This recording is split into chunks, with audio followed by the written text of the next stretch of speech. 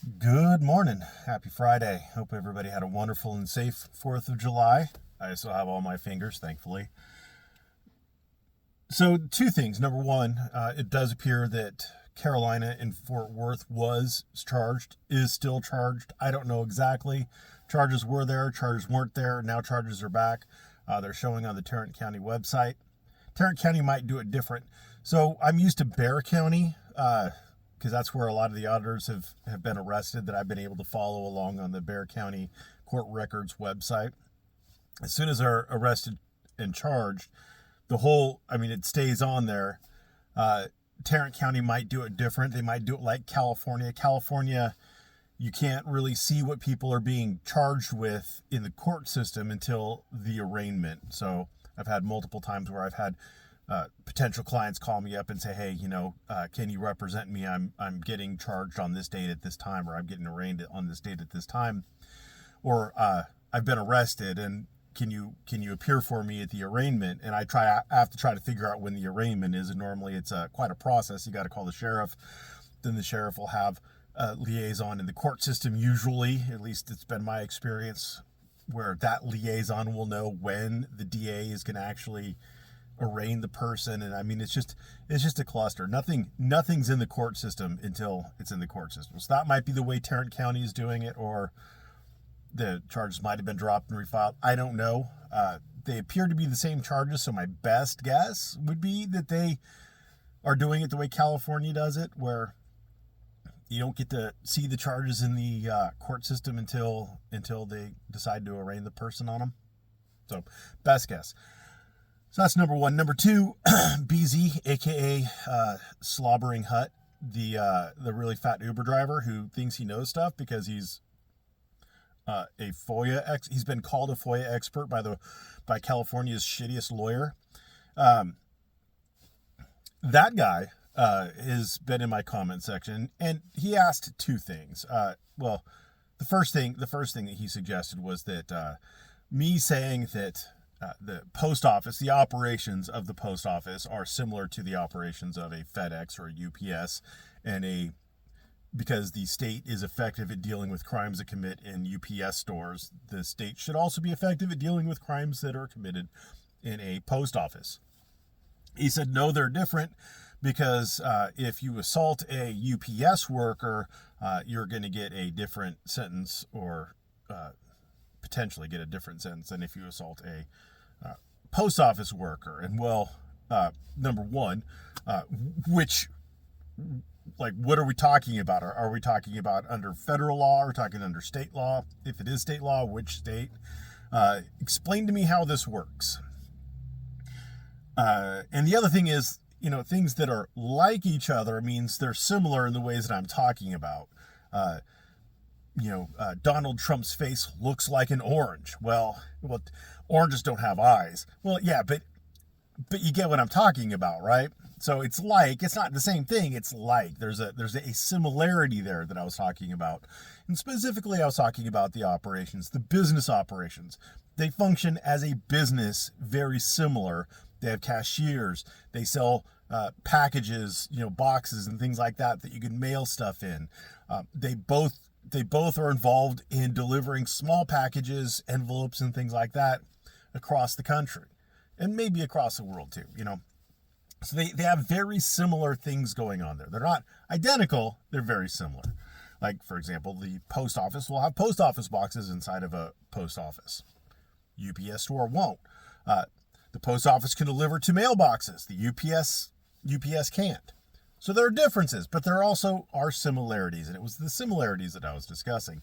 The other thing that he asked is, well, what about post office versus more, where they invalidated a trespass? And I don't know what that means. I asked for a citation. He said, you want me to post the whole thing here? Well, no, I want you to post the citation here. So apparently our erstwhile Uber driver doesn't know what a citation is.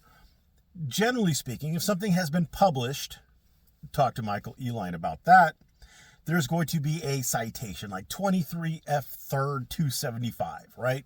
That's enough right there. That 23 F 3rd 275, that would be enough for me to find that case, right? And I know it's that case because no other case is going to have that same citation. 277 Calap 3rd, 1145. Boom, done. 43P 772. Done. If you have a citation where it's been published, no two cases are going to have the same. If it hasn't been published, then we get into a little bit more of a squishy area. I'm not trying to make people do the whole like blue book citation or anything like that. But here's what would help me. If you're going to cite a case, give me the common name. Give me the court it's in. It's in the Northern District of California. It's in the Eastern District of California. It's in the Central District of Florida. Wherever it is. That way I'll be able to look it up. So give me the case name. Give me where it is. It's in the 7th Circuit, right? It's an unpublished 7th Circuit decision. Great. Give me the date and a case number if you have it. An appeal number or a case number along with the place it was and the date it was are going to go a long way. In a given like in the Eastern District of California, you could have multiple cases with the same case number. They will be different dates.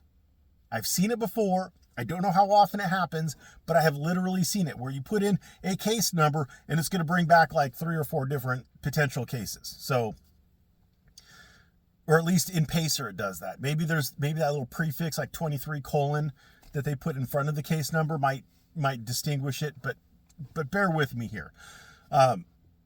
So give me the date and also that case number in like the Eastern District of California. That might also be duplicated in the Central District of Florida.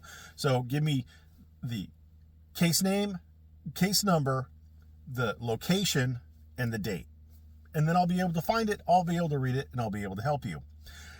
But just from the title that he gave me, Post Office versus Moore, I can already tell you a couple things. Number one, it is a federal civil case. Why is it a federal civil case? Well, if it was a federal criminal case, it would be U.S. versus Moore.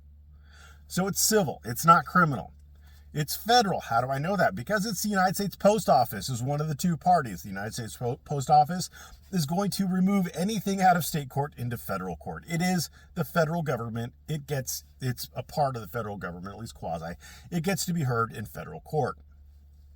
So it is a federal civil case, which is completely opposite of what we're talking about when I'm talking about can the state, i.e. can the city police officers, can county sheriff, whoever, enforce state law in a post office. The other thing that we need to be aware of is that trespass has a lot of meanings. If someone is trespassed from a property, I could trespass you from my property. That's not a criminal action. That's me saying you are no longer allowed to be on this property. And then if you show up, then I could call the police and say, hey, I trespassed this guy and he's still here. And then the police can show up and maybe, in theory, arrest you for the criminal charge of trespassing. So in the law, there are torts, which trespassing is also a civil tort. There are torts that have the same names as criminal actions. Like you can commit the tort of assault, which may or may not also be the crime of assault. And then there's also the act of trespassing someone, i.e. you're no longer allowed to be on my property, and arresting someone for the crime of committing criminal trespass. That's why I tried to be as clear as possible when I'm talking about trespassing to say, oh, this is criminal trespassing. You have been trespassed, now you're being arrested for the crime of criminal trespass. But a civil case isn't going to get at all into the weeds on criminal trespass. So in Post Office versus Moore, whatever that case is, it is not dealing with a criminal trespass. Moore is not being charged with and tried for criminal trespass in Post Office versus Moore. My best guess is that the Post Office trespassed Moore, and that maybe, depending on whether or not BZ ever actually provides me with a citation, maybe the court, whatever court it's in. Although, okay, so there could be a way. It might not be a federal civil case. There could be a way where if there was that one case that he had brought up previously where the post office got a restraining order, a state restraining order against someone. And because it was a state cause of action, obviously that would be a federal civil lawsuit. That would be a state civil lawsuit. Still civil. Restraining orders, generally speaking, are going to be civil affairs. Yes, you can get a criminal protective order, but generally speaking, it's going to be a civil matter. But anyway, you still know the one that he'd referenced previously. Now that a little light just dinged on in my head, there was a New York case that we have discussed previously where the post office got they had trespassed somebody and they got a criminal protective order against them, and then the criminal protective order, after initially being granted, when I think they went to renew it, they weren't able to renew it because the court didn't find that the person had met the elements to allow them to get a restraining order. So I think there was a restraining order case, and that might be what he's talking about, but I can't really tell you because he hasn't given me the citation. So a long-winded way of saying it's not on point. Whatever it is, it's not on point. It's not dealing with the state enforcing state law in a post office. It's not at all involving that. This is maybe the post office trying to get a protective order against someone, or like a restraining order, or maybe it's a civil action for trespass or something. I don't really know. Anyway, that's all I got for you today.